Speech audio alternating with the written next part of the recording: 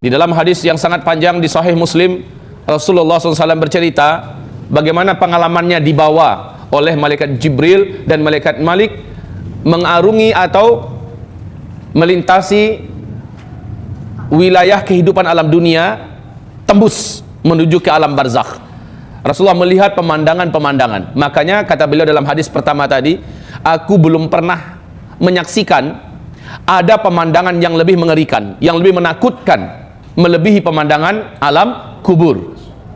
Faman naja minhu fama ba'dahu aisar. Siapa yang selamat di alam kubur, kehidupan setelahnya baginya adalah ringan dan mudah. Faman lam yamju minhu fama ba'dahu asyad. Siapa yang di alam kuburnya ternyata dia banyak masalah, siapa yang di alam kuburnya dia ternyata banyak mengalami tekanan, siksaan apalagi, maka kehidupan setelah itu asyad, adalah lebih dahsyat baginya, lebih berat untuknya. Wal tanzur nafsun ma qaddamat lighat. Hendaknya setiap jiwa merenung kembali perjalanan dalam kehidupan ini, untuk dia bisa menilai dirinya akan diperlakukan seperti apa kelak di seberang kematiannya. Kehidupan ini adalah kehidupan yang singkat, wahai hamba-hamba Allah. Kehidupan yang singkat. Kenapa demikian? Urut-urutannya kata Rasulullah SAW, kehidupan di alam rahim sempit dan waktunya cuma 9 bulan. Ketika orang itu lahir, dia berpindah kehidupan yang lebih lapang sedikit. Betul tidak? Dunia ini yang terbentang, yang bisa kita pergi ke timur, ke barat dengan pesawat segala macamnya, dan umurnya juga lebih lapang sedikit. Yaitu bisa 60 tahun, bisa 63 tahun, paling banter hanya 80-90 tahunan begitu, kurang lebih. Sedikit sekali yang lewat dari 100 tahun.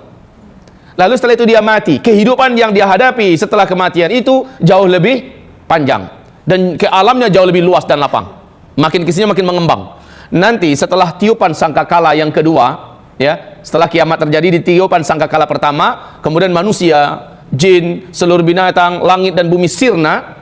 Kullu man 'alaiha fan wa yabqa wajhu rabbika dzul jalali wal ikram. Seluruh yang ada yang pernah Allah ciptakan di tiupan sangkakala pertama akan menjadi sirna seluruhnya. Kemudian pas tiupan yang kedua, manusia dihidupkan kembali. Nah, itulah kehidupan yang tidak ada lagi batasnya. Kehidupan yang tidak ada lagi kematian. Ternyata, wahai Bapak Ibu, saudara-saudari yang kami muliakan, kematian adalah ciptaan Allah. Kematian nanti pada hari kiamat, kata Rasulullah SAW, di depan seluruh jin dan manusia di padang mahsyar akan diambil oleh malaikat maut. Lalu dicengkramnya dengan tangan kirinya. Kematian itu seperti binatang, kata Rasulullah.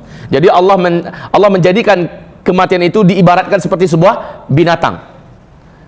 Apabila orang yang masuk surga telah diantarkan ke surga dan mereka masuk. Apabila orang yang jadi ahli neraka telah diantarkan ke neraka dan diseret ke neraka dan masuk. Lalu malaikat di antara surga dan neraka mengangkat binatang ini. Dia bertanya dan berkata dengan suara yang terdengar oleh siapapun saja di seluruh penduduk surga dan di seluruh penduduk neraka. Kalian tahu apa ini? Ini adalah kematian. Dengan ini kalian dulu dibatasi kehidupan.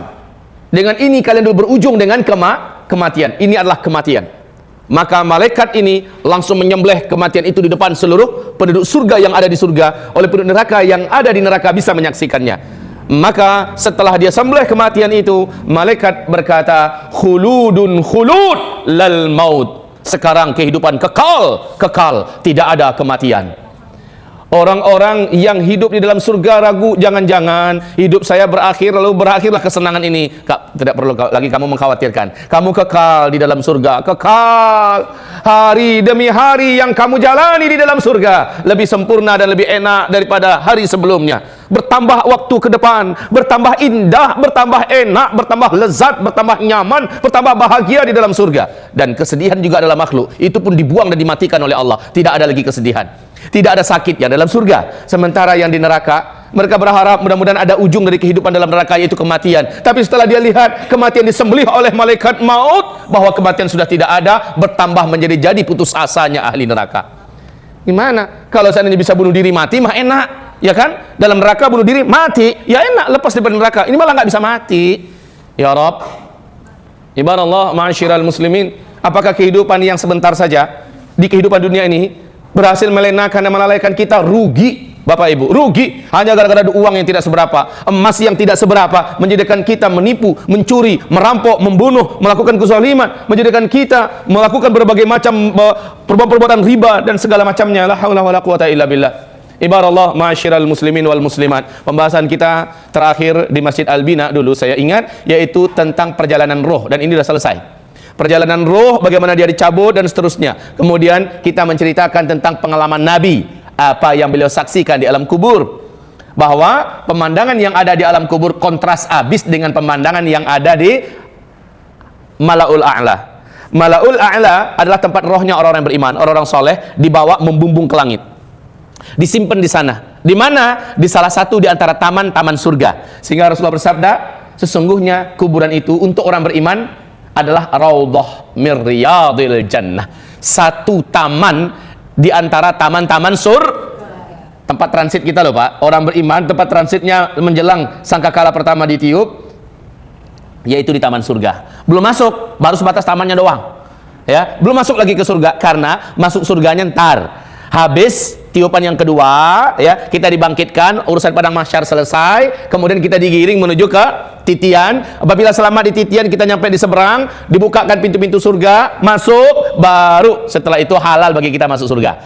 Menjelang kiamat, yang terjadi bukannya masuk surga dulu, tetapi diletakkan di wilayah transit, yaitu salah satu taman di antara taman-taman surga. Di dunia ini untuk dapat ke taman yang sangat indah, karcis dan ongkos masuk saja mahal, dan kita akan selfie-selfiean di sana, foto-foto, ya, menghabiskan waktu.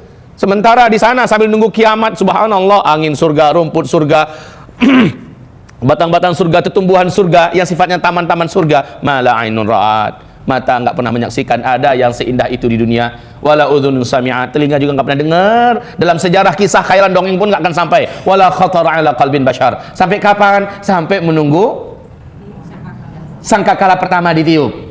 Jadi tempat transitnya. Siapa yang paling tinggi posisinya di alam kubur atau alam barzakh, di Malaul A'la itu? Jadi ada levelnya. Malaul A'la, ya, ini tempatnya orang-orang yang ditinggikan oleh Allah. Yang tertinggi adalah Al-A'la Illiyin. A'la Illiyin. Ini yang paling tinggi dari seluruh yang tinggi-tinggi.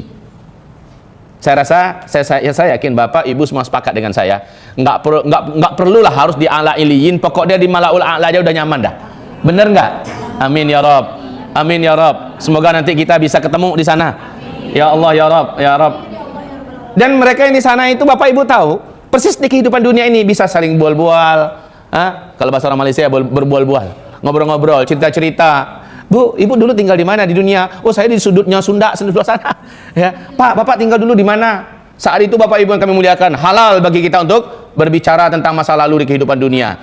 Tetapi yang enggak nyampe di sana ditanyain, kamu kan si fulana yang tetangga saya di rumah saya. Iya betul, kamu kan udah ninggalnya kapan? 2 minggu yang lalu. Masya Allah, kok saya nggak tahu ya, kamu aja yang sibuk. Terus anak-anak saya gimana pas kamu tinggalin? Loh, nggak ketemu sama kamu? Enggak, anak kamu udah ninggal duluan sebelum saya 3 bulan yang lalu dalam tragedi kecelakaan. Lalu dicari database-nya, gitu loh kita nanti di Malaul A'la, cari database-nya. Kok anak saya nggak ada, di mana posisinya? Maka tahulah orang tua atau kita yang sudah meninggal dan letaknya di tempat yang mulia itu, anak kita bukan di situ tempatnya, tapi di mana? Asfalas safilin. Asfalas safilin. Taulah kita bahwa keturunan kita, anak kita tidak ditempatkan di tempat yang mulia ini, tetapi mereka diletakkan di asfalas safilin.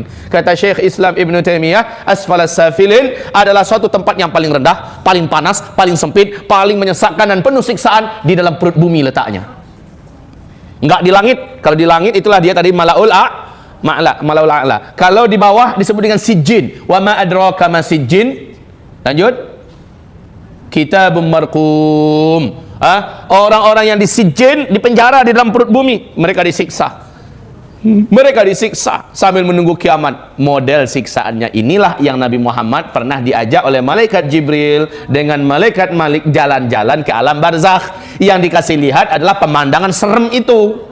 Nabi melihat ada orang yang disiksa begini, lalu diceritakan oleh malaikat Jibril, itu pemakan riba, tuhai Muhammad, umatmu yang makan riba, noh akibatnya. Dilihat lagi pemandangan yang lebih seram daripada yang tadi. Itu siapa, hai malaikat Jibril? Itu umatmu, hai Muhammad. Umatku lagi. Apa yang mereka buat ketika hidup di dunia? Dikasih tahu, umatmu dulu hobinya memecah belah persaudaraan orang, mengadu domba ke sana kemari. Kemudian sampai kapan disiksa? Sampai kiamat. Dilihatkan lagi yang lain, digongseng dalam pembakaran api yang sangat besar. Ada kuali dari besi yang sangat panas, merah, menyala. Orang-orang di dalam seperti digongseng, berusaha naik ke atas, asal sampai di atas dihantam oleh api yang besar dari bawah, menggelinding lagi ke bawah dalam keadaan di atas tungku besi yang sangat besar dan merah karena panasnya, menjerit-jerit di dalam keadaan telanjang bulat. Siapa ini wahai Jibril? Dijawab lagi, itu adalah umat wahai Muhammad yang semasa hidup di dunia melampiaskan syahwatnya kemana-mana. Diajak kemana-mana melihat pemandangan-pemandangan. Makanya kata Nabi, ma ra'aitu manzaran qat afza' minal qabr. Aku belum pernah menyaksikan ada pemandangan yang lebih hebat, yang lebih menakutkan, yang lebih dahsyat dibandingkan dengan pemandangan alam kubur. Ma'adzanallah wahai ibu-ibu, ma'adzanallah wahai bapak-bapak, ma'adzanallah. Nasallallahu ta'ala al-afiyah. Mudah-mudahan Allah menjadikan bapak ibu bukan termasuk yang di sana. Ya Rabb, amin ya rabbal alamin. Bapak ibu, hamba-hamba Allah yang kami muliakan, siapakah dari umat Nabi yang dijamin tidak akan diazab dalam kubur? Satu, umat Nabi yang dijamin tidak akan diazab di dalam kubur. Yang pertama, kullus syuhada min ummati Muhammad sallallahu alaihi wasallam. Seluruh orang-orang yang ketika akhir hayatnya syahid. Ketika akhir hayatnya syahid, saya ringkaskan, yang syahid itu yang paling level tertingginya yang terbunuh demi menegakkan kalimat Allah di medan perang melawan orang kafir. Kafir komunis, kafir syiah, kafir musyrikin, kafir-kafir lainnya, perang dalam rangka membela agama Allah, meninggikan kalimat Allah, tentu di atas ilmu, meninggal syahid. Rasulullah bertanya kepada para sahabat, kalian tahu siapa-siapa yang syahid? Sahabat Nabi menjawab, sebatas yang ini saja. Oh, kalau begitu kata Rasulullah, sedikit amat yang syahid dari umatku. Enggak, yang syahid dari umatku kata Rasulullah belasan kelompoknya. Ada yang tenggelam sementara dia mukmin, matinya tenggelam karena tsunami kah, karena masuk ke dalam musibah, ya intinya maka dia tenggelam, syahid. Ada yang meninggal karena sakit di perutnya, mukmin, dia syahid. Ada yang meninggal karena sakit di kepalanya, mukmin, dia mukmin loh ya, syaratnya mukmin, bukan musyrik ya. Lalu dia meninggal, udah berobat kemana-mana dengan obat yang benar dan halal, enggak sembuh-sembuh, meninggal, syahid. Siapa yang meninggal demi mempertahankan akidahnya dan agamanya lalu dibunuh, syahid. Siapa yang meninggal karena dalam proses perjalanan menuntut ilmu, dia meninggal, baik yang sedang di pesantren atau yang sedang pergi menuntut ilmu ke Madinah, mupanya ke Mekah dan sebagainya, atau pergi ke majelis ilmu macam Bapak Ibu, ternyata pulang-pulang meninggal dunia, syahid ya. Ini perjalanan yang mulia. Man kharaja fi talabil ilmi fahuwa fi sabilillah. Siapapun yang keluar dari rumahnya niatnya nambah ilmu, dia ada fi sabilillah. Sampai kapan? Sampai dia kembali sampai di rumah. Jadi Bapak Ibu, selama pulang pergi ini perjalanan yang paling berharga dan paling mahal yang Bapak Ibu tempuh, yaitu perjalanan fi sabilillah. Andai ada terjadi apa-apa di jalan, syahid ya. Jadi yang syahid dari umat Nabi itu amat banyak, termasuk yang meninggal dunia karena mempertahankan hartanya, mempertahankan kehormatannya, dibunuh, maka dia syahid.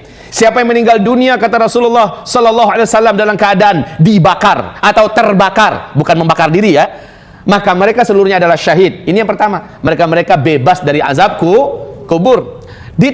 Mungkin ditanya, tetapi dalam hadis Imam Ahmad dan At-Tirmidzi Rasulullah SAW bersabda, bahkan yang syahid tidak akan ditanya di dalam kuburnya. Subhanallah.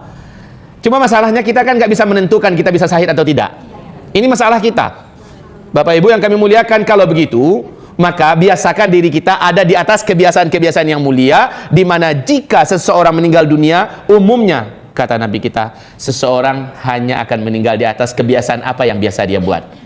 Kalau kebiasaannya baca Quran, biasanya dia meninggal sedang baca Quran. Kalau kebiasaannya puasa Senin Kamis, memang dia rutin, maka sedang puasa itu dia meninggal dunia. Intinya kebiasaan kita lagi ngapain. Kalau kebiasaannya suka ngunjingin orang, insya Allah meninggalnya sedang menggunjingin orang, dan seterusnya. Yang kedua, orang yang tidak akan diazab di dalam kuburnya kata Rasulullah sallallahu alaihi wasallam, orang yang sedang ribat. Orang yang sedang ribat. R-I-B-A-T-H. Kalau bahasa Arabnya ro, ba, alif, to. Ribat. Ribat itu sebuah istilah yang hanya muncul dalam suasana perang. Nah, siapa yang begadang, yang jaga, yang ronda, mengawasi gerak-gerik musuh demi mengamankan kaum muslimin ya. Jadi dia ada di perbatasan nih. Itu grup musuh.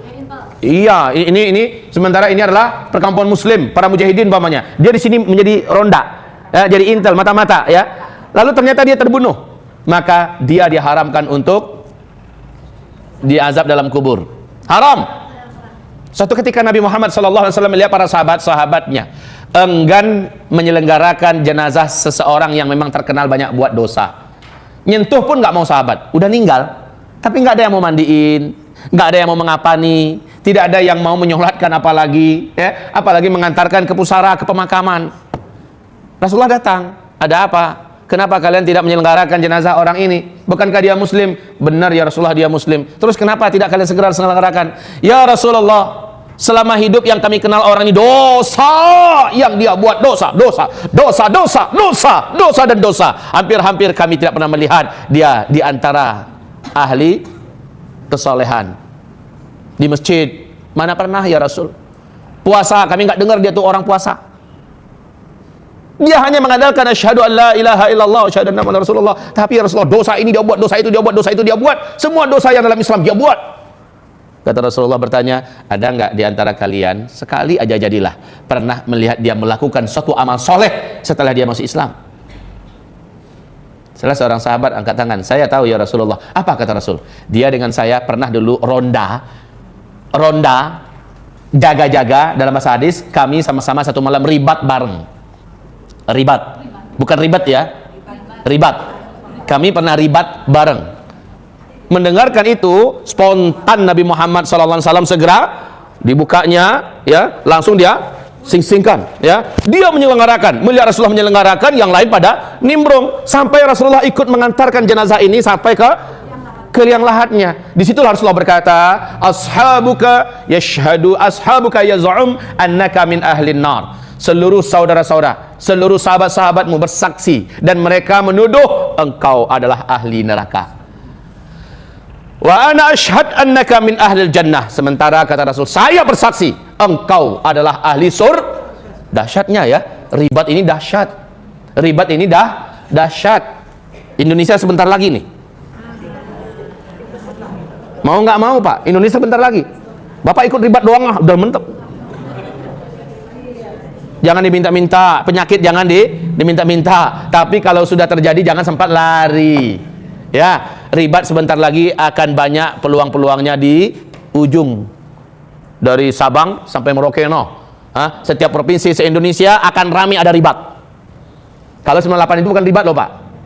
98 dulu ketika krisis moneter, jatuhnya Pak Harto, ya kan? Lalu banyak orang ronda jaga-jaga kampung, gitu kan? Dia jaga komplek. Itu bukan ribat. Yang ribat ini dalam rangka mempertahankan agama Allah, membela agama Allah. Nah, yang bangkit besok itu adalah Syiah dan komunis loh. Syiah dan PKI, dan mereka mulai membunuh, membantai, membakar, menghancurkan, dan kita wajib bela diri. Saat itu kita harus bersama-sama orang-orang beriman. Lah yang bangkit dalam jadwal dia ronda, lalu dia terbunuh di situ, dia ribat.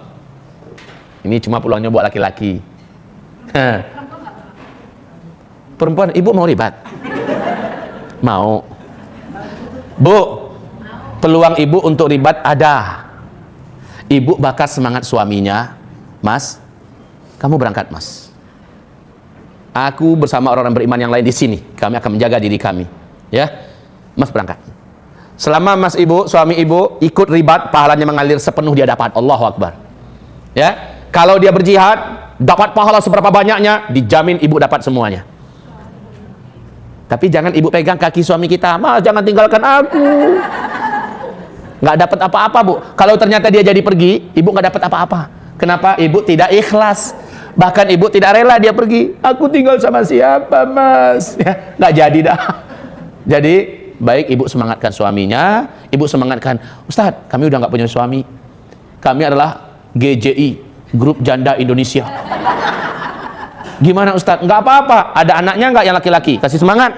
Ngalir ke ibu pahalanya. Ada menantunya nggak yang laki-laki? Kasih semangat anak perempuan kita supaya suaminya juga dilepas. Ya, kasih semangat. Jadi yang para ibu-ibu bakar semangatnya. Ustadz, menantu nggak punya, anak laki-laki nggak punya. Gimana? Biayain orang yang mau. Gitu caranya. Maka dapat pahalanya semua. Subhanallah. Ya, siap-siapkan dari sekarang. Nggak lama lagi loh. Hasbunallah, ni'mal wakil, ni'mal maula, wa ni'man nasir. Bapak Ibu, hamba-hamba Allah yang kami muliakan, nih yang kedua, ribat. Dan di manakah ribat yang paling mulia kata Rasul? Di akhir zaman, ribat yang paling keren, ribat yang paling tinggi derajatnya, ribat yang paling mulia adalah di Syam.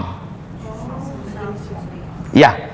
Wa inna afdhala jihadikum, pada saat-saat demokrasi sedang membungkus dunia, saat itu yang terutama, amalan yang paling hebat adalah jihad kata Rasul.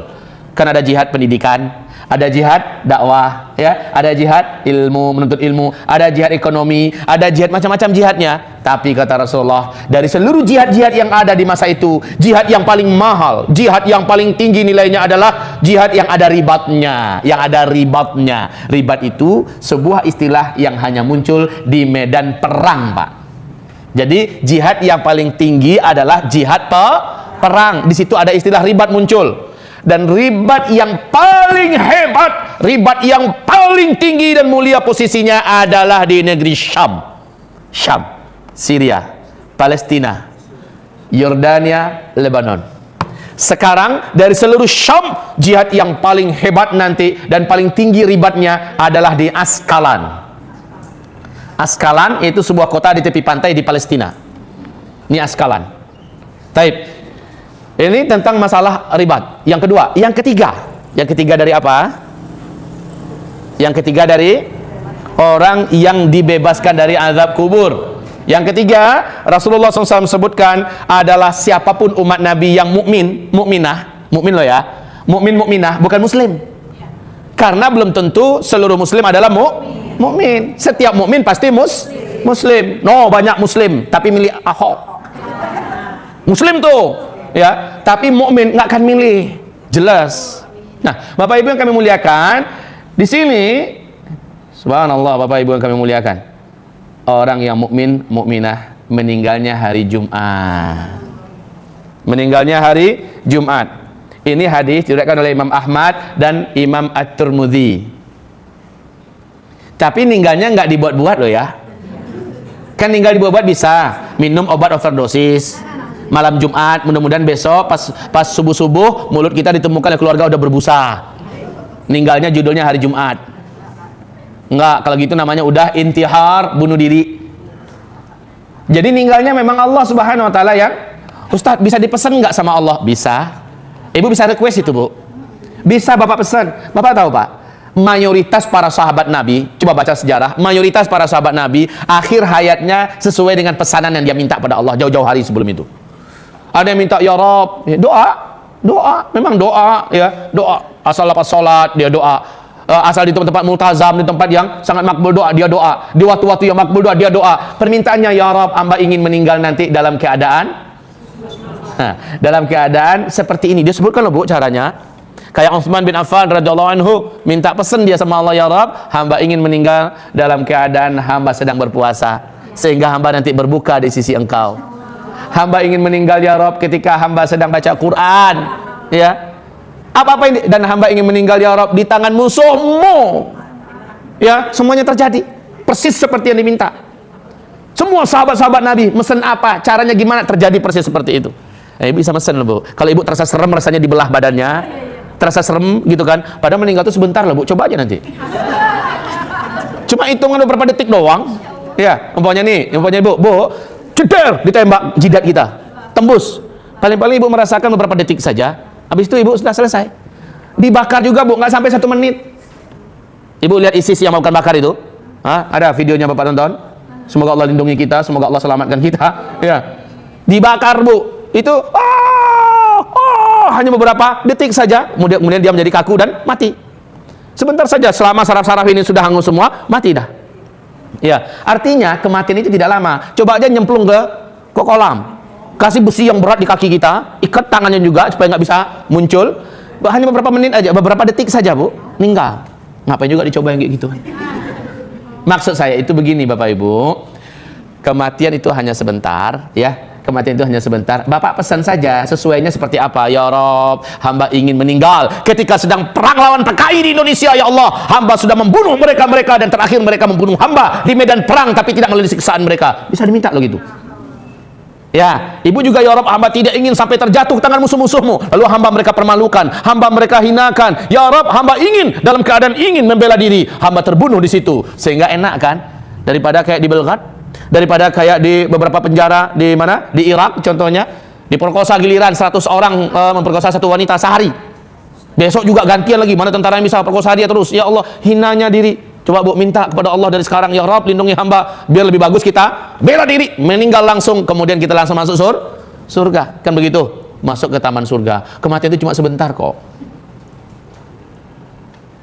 Baik, hamba-hamba Allah yang kami muliakan, ini yang ketiga, orang yang meninggal pada hari Jumat. Minta juga nggak apa-apa, ya Rabb wafatkan hamba pada hari Jumat ya Allah, ketika hamba sedang di Masjidil Haram. Ada kan? Ada suatu peristiwa yang menggemparkan Mekah. Berita ini sampai menyebar ke seluruh dunia. Seorang pemuda ya sedang sholat Jumat di Masjidil Haram ya, lalu tiba-tiba dia tidak bangkit, posisinya terus dalam keadaan sujud. Ketika diangkat, seringan kapas orang angkatnya, nggak berasa begitu cepatnya dia nyampe ke pintu gerbang. Jadi gimana ceritanya? Orang saking pengennya mengambil berkah dari badan yang mulia ini ya, nyentuh semua, jadi dia tuh kayak meluncur saja di atas kepala orang, karena tangan langsung menyambung dengan sangat cepat sampai di gerbang. Di gerbang dimandiin, kemudian yang memandikan mencium bau wangi yang sangat, kemudian dadanya seperti bercahaya. Ini saksi dari seluruh yang menyaksikan. Ketika disolatkan sang imam bertanya, seluruh tanda-tanda husnul khatimah ada padanya. Ditelusuri anak muda ini, ternyata dia anak muda yang rajin ngajar ngaji, dan dia ngajar ngaji nggak mau diupah. Ini dia. Kalau sekarang ngajar ngajinya pakai fulus, ya. Kalau fulusnya kurang, cari mana yang agak tebel. Kalau yang kayak gini ini ninggal nih, ragu nih, dadanya akan bercahaya. Ya, jadi anak muda ini menghabiskan waktunya membaca Quran, ngajarin Quran, ya, habis waktunya di situ, dan belum sempat kawin Pak, belum sempat kawin, dan dia nggak mau diupah, meninggal dunia. Bisa dipesan, yang kayak gitu itu tuh bisa dipesan. Baik hamba-hamba Allah yang kami muliakan, lanjut yang keempat. Yang keempat, orang yang meninggal karena, kalau di dalam hadis tersendiri disebutkan di hadis Imam Nasai dan At-Tirmidzi, dinyatakan hadis ini hasan oleh para ulama ahli hadis, meninggal karena penyakit apapun nama penyakitnya, penyakit itu bersarang di perut.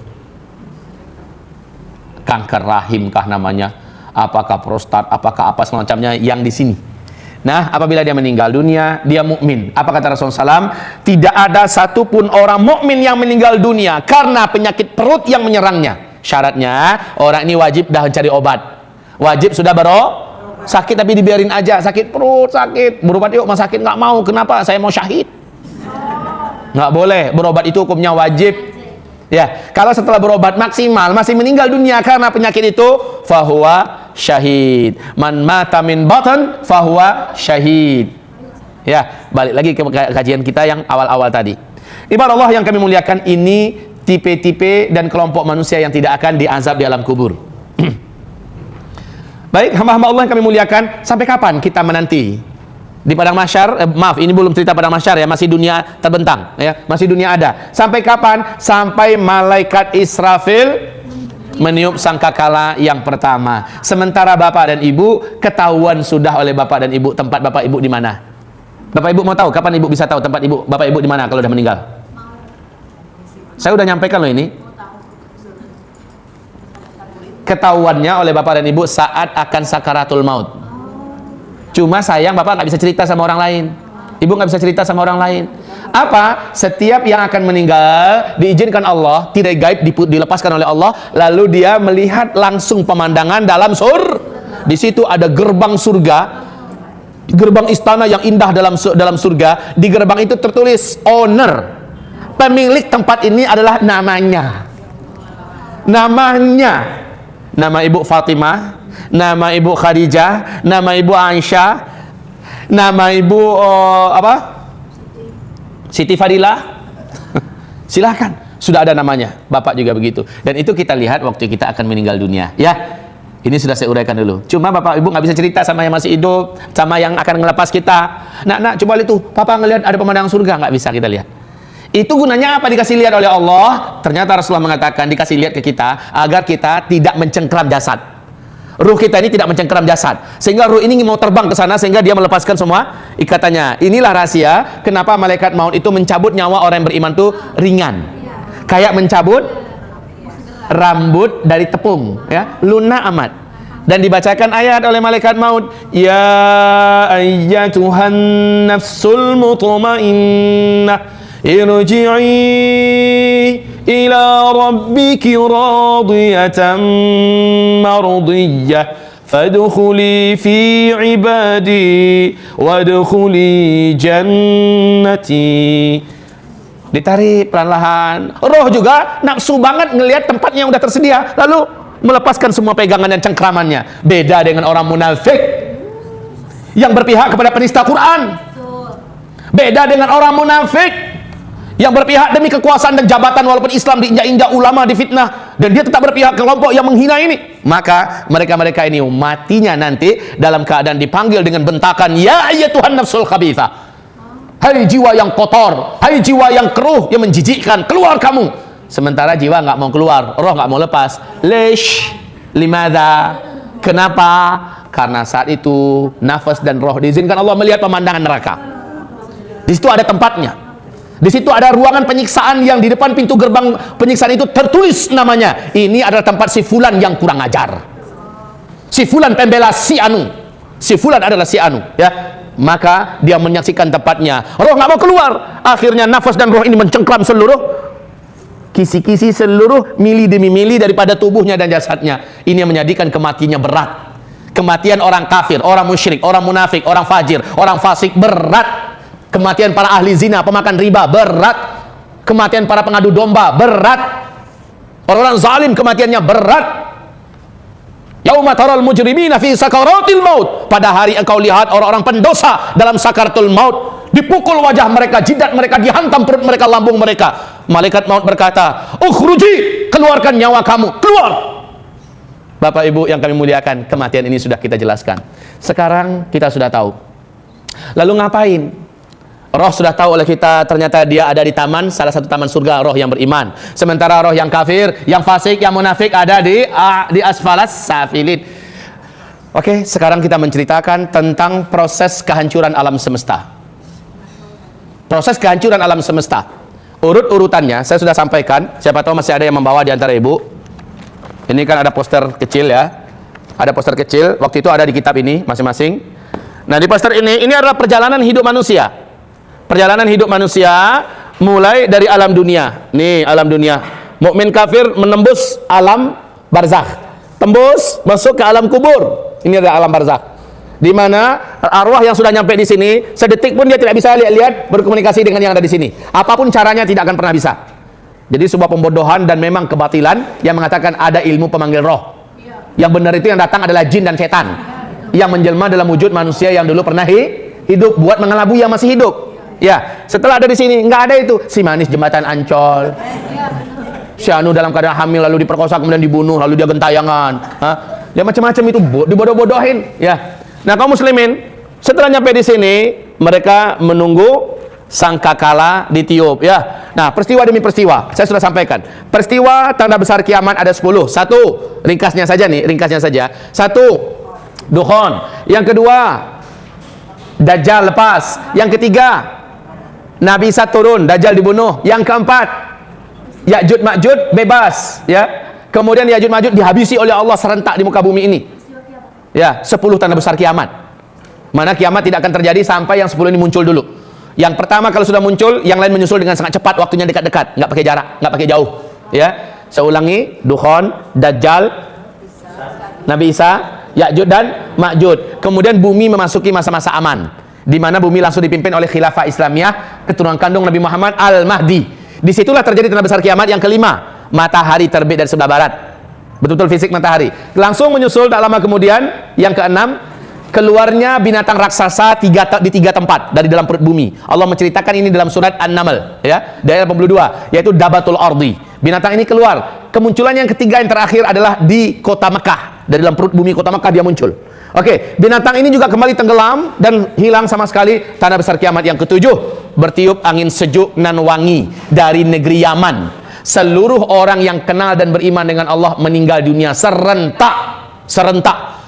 Dan yang tersisa hidup setelah itu hanya orang kafir saja yang memang tidak kenal dengan Allah Subhanahu wa taala. Selesai 7. Yang kedelapan, tenggelamnya daratan permukaan bumi yang ada di sebelah timur, ya, masuk dalam laut. Kemudian langsung menyusul yang ke-9, tenggelam dalam daratan bumi sebelah barat. Ya, dan yang ke-10 yang tersisa dari bumi adalah satu ketul daratan bumi yang ada di timur tengah. Mulai dari Yaman sampai ke Syam, ya. Nah, bumi saat itu tersisa ini saja, yang lain laut seluruhnya. Ya.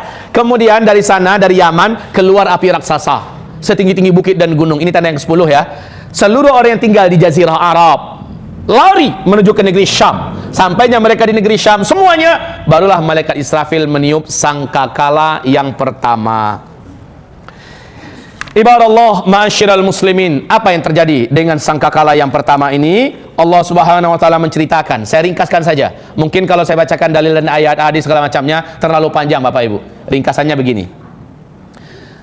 Bapak Ibu, malaikat Israfil ketika mengetahui bahwa Nabi Muhammad sudah diutus, pangkal terompet itu sudah dimasukkan ke dalam mulutnya.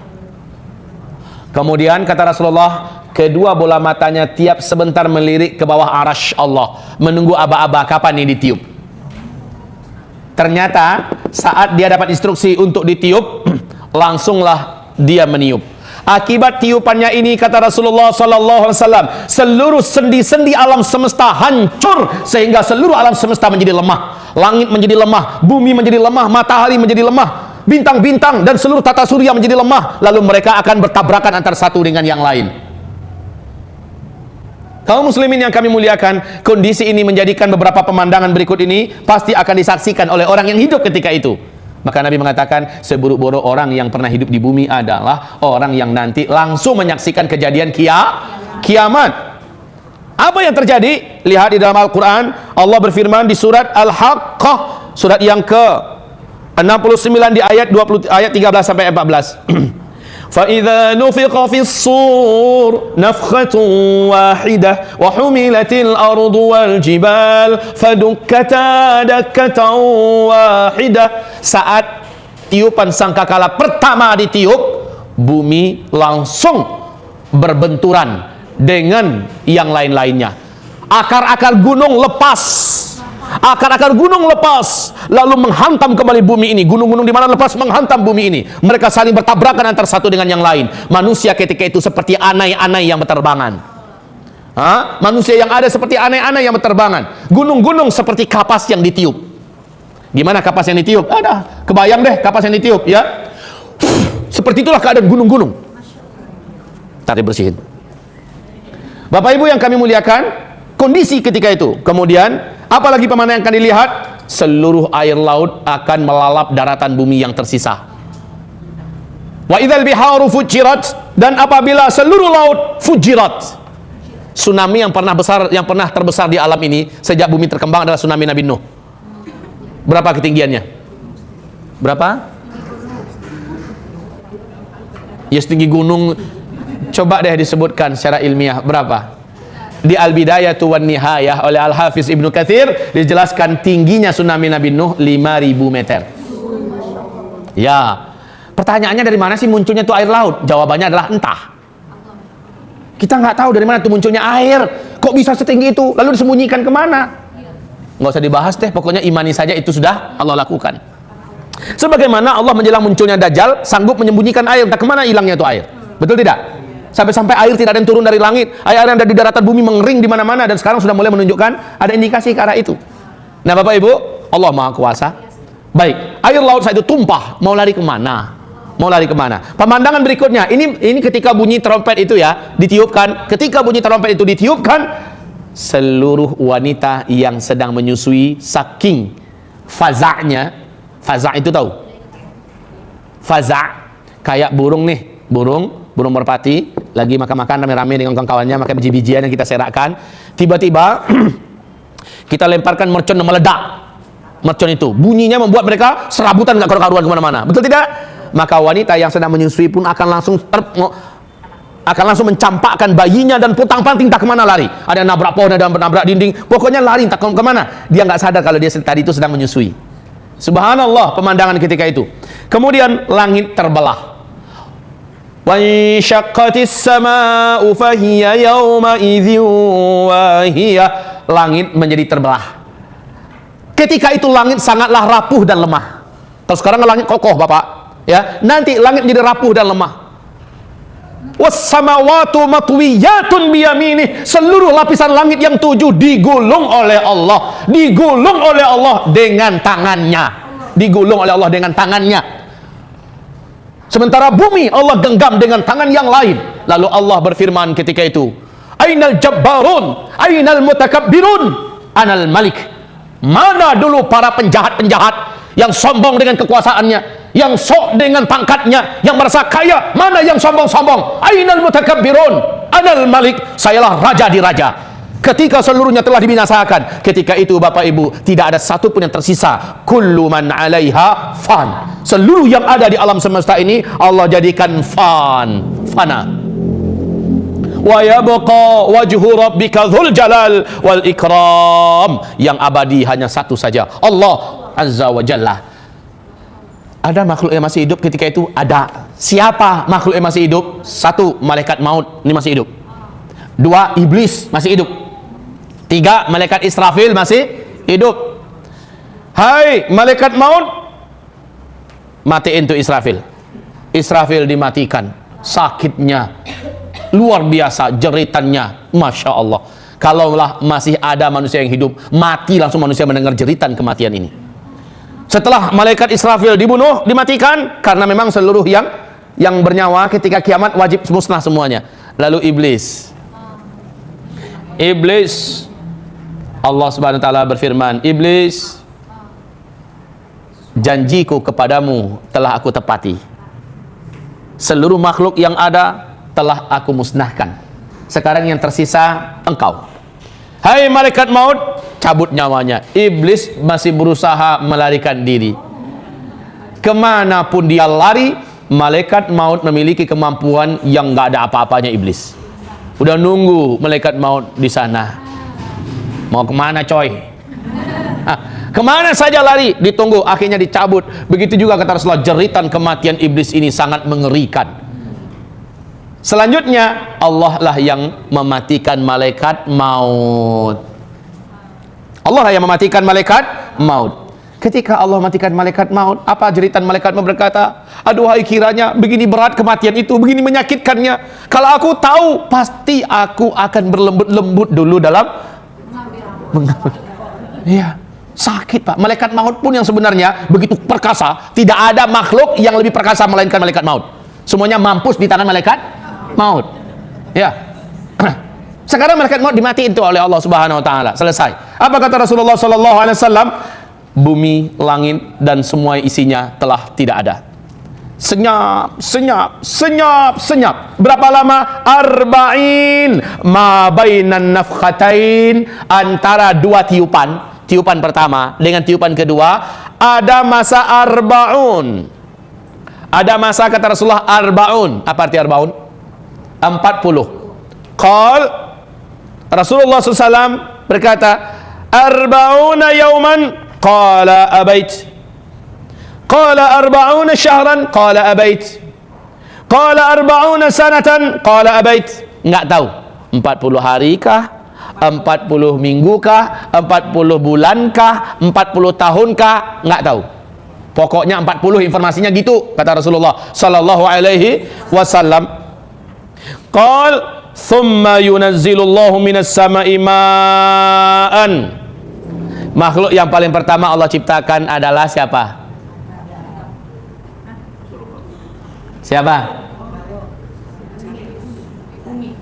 Bilang cepat, Allahu a'lam. Ya. Ya. Kalau belum pasti, jawaban yang pasti itu adalah Allah wa rasuluhu a'lam. Khalas. Yang pertama sekali Allah ciptakan adalah malaikat Israfil. Ya, malaikat Israfil. Ngapain? Meniup sangkakala kedua aba-aba. Maka semua yang pernah ada dulu kembali wujud, tapi dalam bentuk yang beza, bentuk yang agak beda. Langitnya masih langit, cuman bukan kayak langit yang ada ini lagi. Buminya masih bumi, tapi bukan lagi bumi yang ini. Yauma tubaddalul ardu ghairal ardi was samawat. Pada hari itu kami mendatangkan matahari yang baru, tapi bukan matahari yang lama. Kenapa? Matahari yang lama udah dikempesin oleh Allah. Matahari yang lama udah digulung oleh Allah Subhanahu wa taala. Matahari yang lama udah diafkirkan oleh Allah, diganti dengan matahari yang baru lebih keren. Langit juga dibuat begitu. Kemudian bumi juga dibuat begitu. Kalau bumi sekarang ini bulat apa datar? Bulat apa datar? Bulat apa datar? Terserah. Pokoknya bumi yang ada nanti, kata Rasulullah, bumi mahsyar itu datar. Datar, nggak ada bukit, nggak ada lembah, nggak ada sungai, nggak ada tempat duduk, nggak ada pohon. Warnanya putih, Pak, putih. Warna pasirnya putih. Sejauh mata memandang, dataran yang tidak ada ujungnya, tidak ada ujungnya. Baik, kaum muslimin yang kami muliakan, malaikat Israfil dari ciptakan kembali. Maka dia pun langsung tahu tugasnya, meniuplah sangkakala yang kedua. Ketika itu turunlah hujan lebat, turunlah hujan lebat, selebat-lebatnya bumi padang mahsyar. Jadi begini Bapak Ibu, coba lihat ke papan tulis sebentar. Lihat ke papan tulis sebentar. Bumi padang mahsyar, jangan ibu pikir ya tempat kita bangkit nanti di padang mahsyar, salah ya. Tempat kita bangkit nanti bukan di padang mahsyar. Jadi kalau ini adalah hamparan padang mahsyar. Berapa luasnya? Tidak ada satupun yang tahu. Tidak ada satupun yang tahu luasnya hamparan padang mahsyar. Tempat kita dibangkitkan nanti adalah di daerah yang jauh dari padang mahsyar. Jadi seluruh yang bangkit langsung menuju kemari. Seluruh yang dibangkitkan, jin, manusia, binatang, yakhrujuna minal ajdathi sira'a. Saat mereka keluar, mereka langsung tahu kemana mereka harus pergi. Ke ibaratnya kita nih, jamaah haji, langsung tahu nggak tanggal 8 Zulhijjah itu harus kemana? Hah? Ke Arafah, ke Mina dulu, dari Mina ya, meluncur ke Arafah pagi tanggal 9-nya. Jadi langsung tahu jemaah nih, jalan kaki, seluruhnya jalan kaki menuju ke padang mahsyar. Ya, ini adalah PM, padang mahsyar. Kali ini apa? Kuburan massal jin dan manusia dan makhluk-makhluk yang pernah dihidupkan di muka bumi, dibangkitkan di sini, jalan. Perjalanannya berapa jauhnya? Ya Allah, inilah perjalanan yang maha melelahkan. Perjalanan yang maha melelahkan. Saat itu kata Rasulullah SAW, manusia bangkit dari kuburannya seperti keadaan bagaimana terakhir dia menutup umurnya. Kalau dia meninggal dalam keadaan syahid berdarah-darah, dia bangkit dalam keadaan berdarah-darah. Hanya saja al-launu launud dam war-rihu rihul misik. Warna si emang merah kata Rasulullah, tetapi baunya bau wangi kesturi. Ya. Yang meninggal dulu ketika sedang ihram talbiyahan, bangkit dalam keadaan pakaian ihram. Labbaik Allahumma labbaik, labbaik la syarika lak labbaik. Ya. Yang dulu meninggalnya lagi ngapain? Dibuat seperti itu. Yang meninggalnya dalam keadaan meracuni diri. Yang meninggal dalam keadaan bunuh diri. Seperti apa tragisnya keadaan. Saya ngeliat di YouTube, ada yang meninggal, jadi ada truk tronton lagi jalan di sampingnya ya.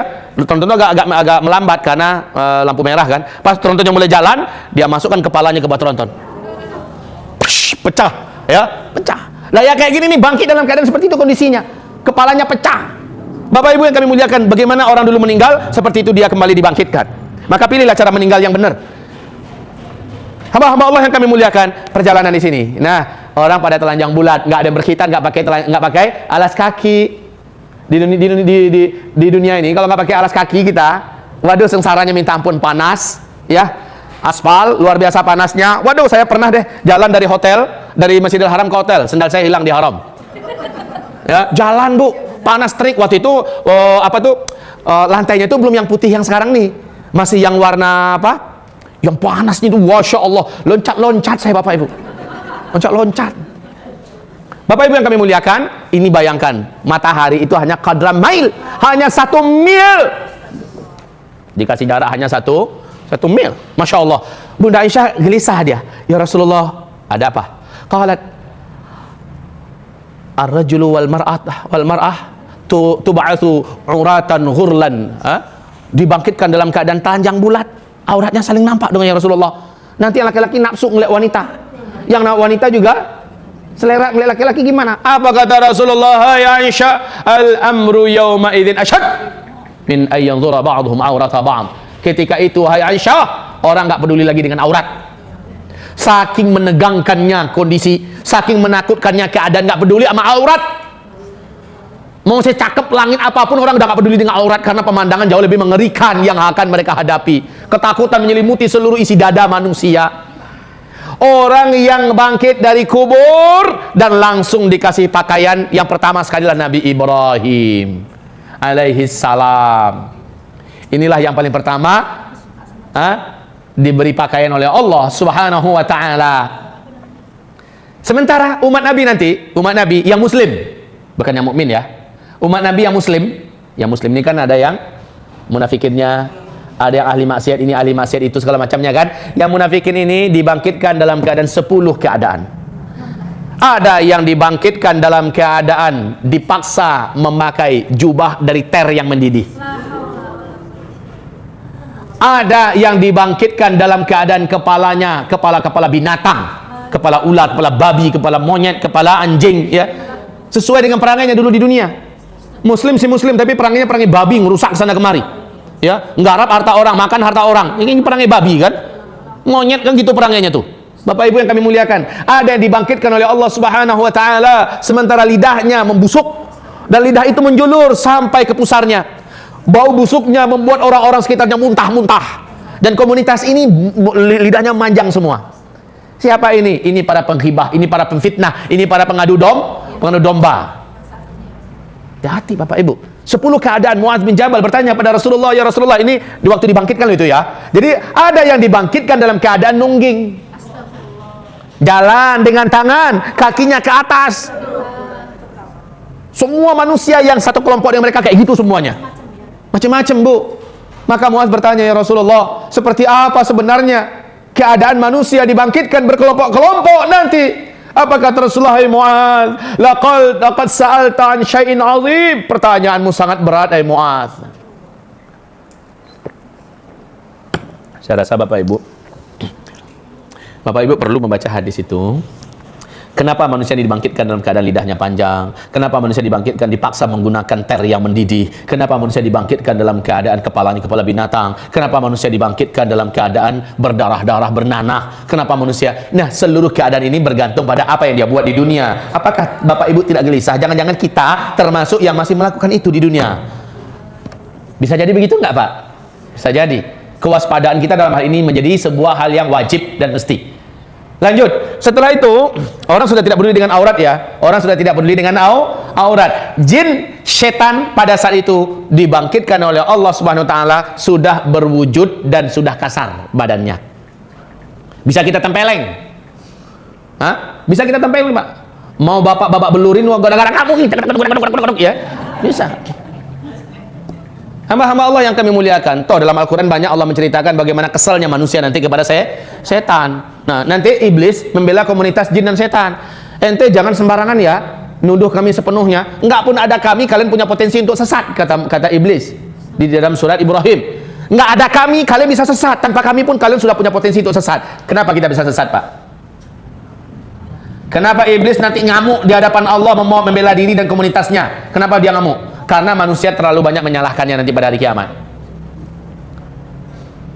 Apa kata iblis? Surat Ibrahim ayat 22.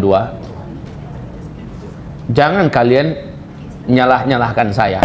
Saya hanya punya kemampuan merayu, menggoda-goda, merayu, menggoda-goda, dan membuat kalian merasa benar dengan kesalahan yang akan kalian lakukan. Saya berikan kepada kalian pembenaran-pembenaran, pendapat-pendapat yang sudah kami godok dengan bahasa-bahasa indah, kami suntikkan ke hati kalian, kami bisikkan ke pikiran kalian, kalian terima kan? Cuma itu kemampuan kami, keahlian kami, nggak ada lebih daripada itu.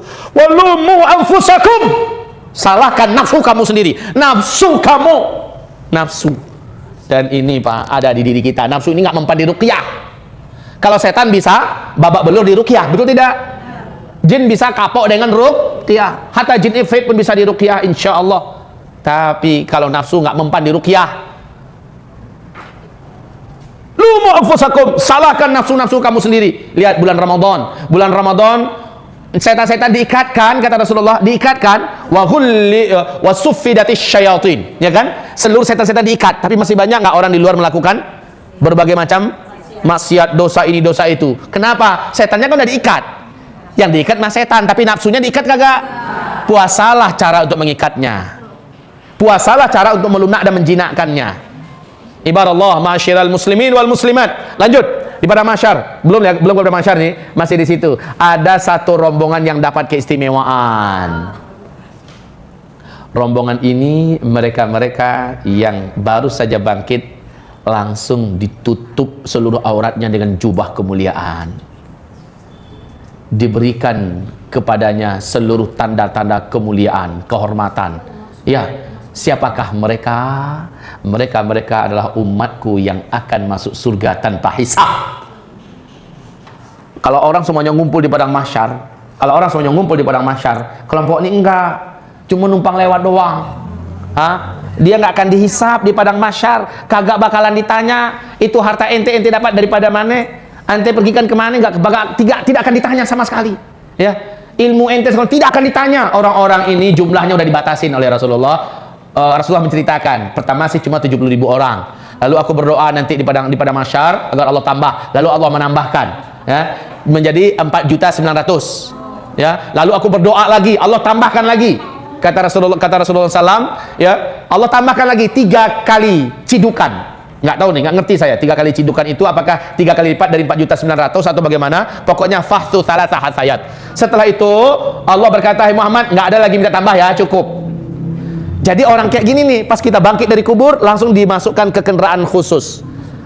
Ke kendaraan khusus, sudahlah diberikan pakaian kehormatan, dimasukkan ke kendaraan, orang jalan. Sementara ini sudah bersenang-senang di atas kendaraan kemewahan, di mana mereka seperti utusan raja yang disambut dengan kemuliaan. Ya, dengan mobil pula, dengan spesial kendaraan, ya, kendaraan yang sangat khas, nggak tahu tuh entah apa jenis kendaraannya. Yang jelas tidak akan kepanasan, tidak akan keanginan, ya. Seperti apa kendaraannya nanti kita ceritakan di padang mahsyar. Ya, siapa tahu di antara bapak ibu ada yang dapat spesial macam ini, SMS kami ya. Kasih tahu kita. Saya nggak tahu seperti apa nanti jenis kendaraan itu. Amin ya Allah, ibu doakan saya, nanti saya SMS sama ibu. Ternyata kayak gini loh. Hamba-hamba Allah yang kami muliakan, jumlahnya udah jelas. 4.900.000 ini angka yang jelas. Kemudian 3 kali cidukan yang kami nggak paham. Ciri-cirinya sudah kami uraikan dulu. Tolong lihat di YouTube. Di ini ada ya, di Al-Hudah TV channel juga ada, di Uzma TV channel juga ada. Silahkan nanti dilihat di YouTube. Siapa-siapakah orang-orang yang dapat perlakuan istimewa itu? Secara ringkas saya sebutkan aja supaya bapak ibu tidak penasaran. 1, mukmin harus orang mukmin. Yang mana dia mengimani seluruh isi Al-Quran tanpa ada yang dibenci, tanpa ada yang didiskriminasinya, tanpa ada yang ditolaknya. Dan dia yang kedua, dia mengamalkan semua perintah-perintah Allah yang wajib-wajib yang dia sanggup untuk mengamalkannya. Kan ada orang miskin, wajib haji kan hanya untuk orang kaya, berarti orang miskin nggak wajib buatnya haji. Kan gitu.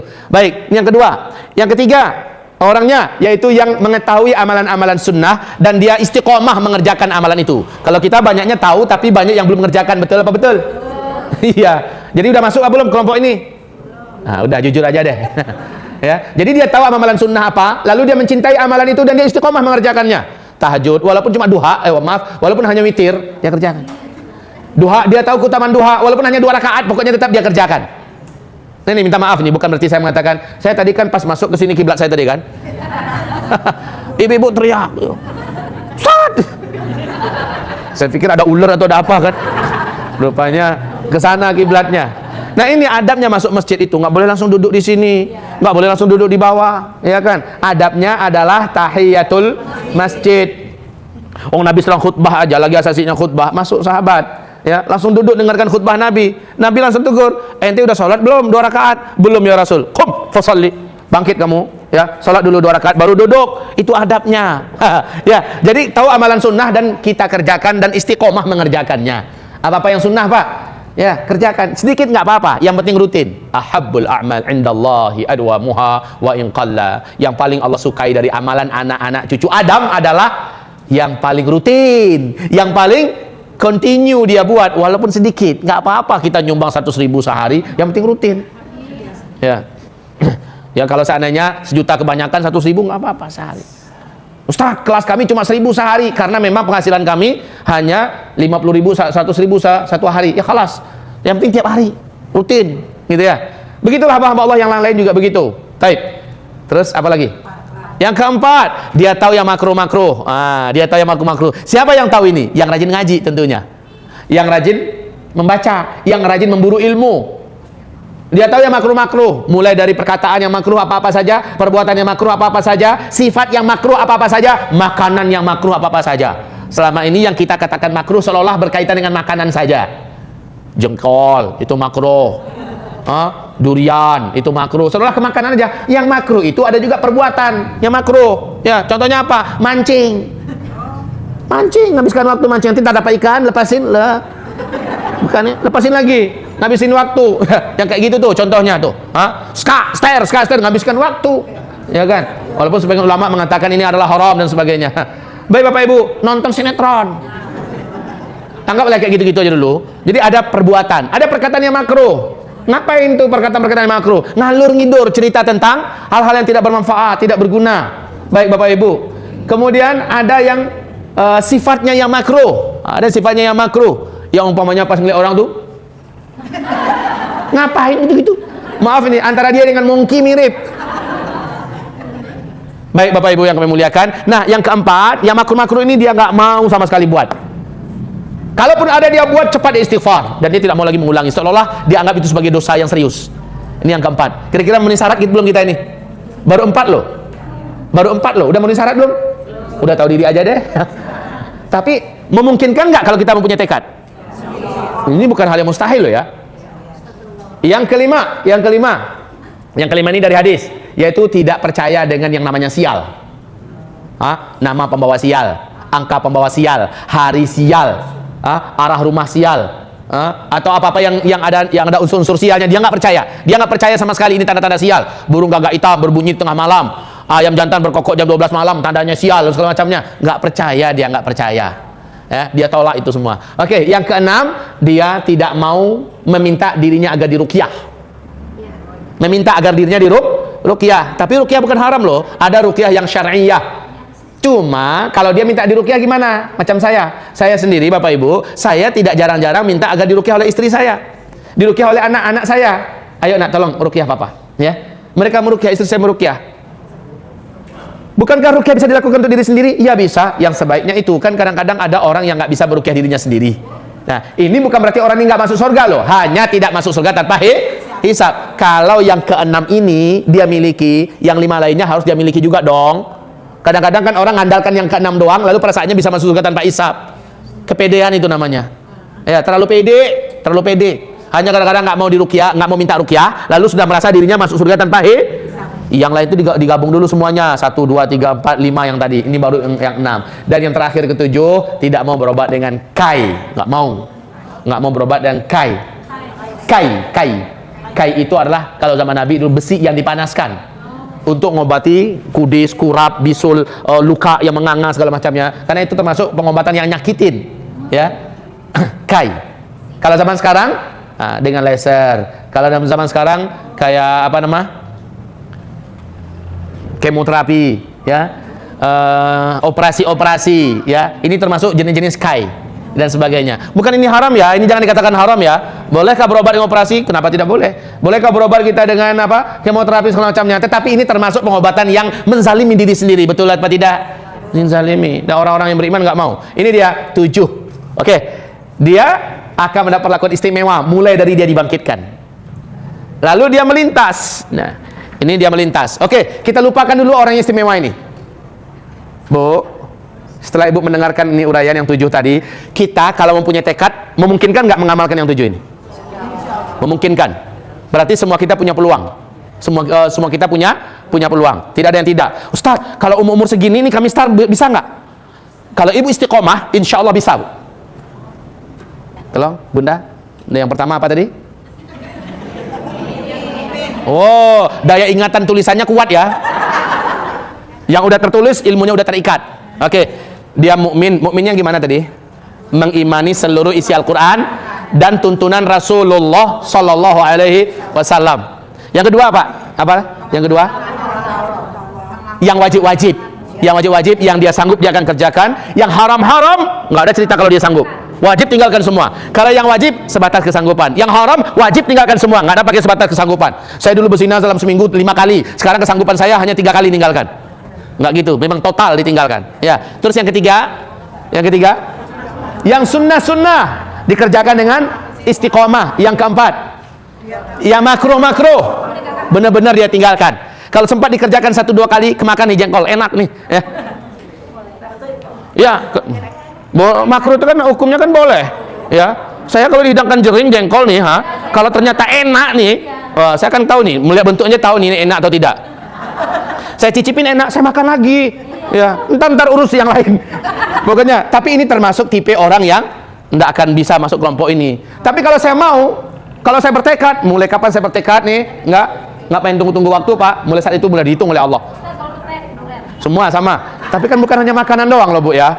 Sifat, perkataan, perbuatan, kan begitu tadi. Sifat, perkataan juga perbuatan yang makruh-makruh. Tinggal semua. Oke, yang kelima. Sial, nggak percaya. Kalau ada orang mengatakan jangan berangkat hari anu, kalau ini tanda-tandanya akan sial, nggak percaya. Yang keenam, tidak mau minta dirinya diruqyah. Tapi kalau ada orang datang ngeruqyah diri kita, nggak ada masalah. Akan terganggu nggak dia dari kelompok yang 7? Enggak. Ya, yang ketujuh terakhir. Dan kita punya peluang. Ya, itu dia. Tidak mau berbuat dengan kayak kita punya peluang untuk masuk ke dalam komunitas ini. Yang penting punya azam yang besar. Saya lihat ini adalah orang-orang yang memang punya azam, tekad yang besar. Insyaallah dia bisa.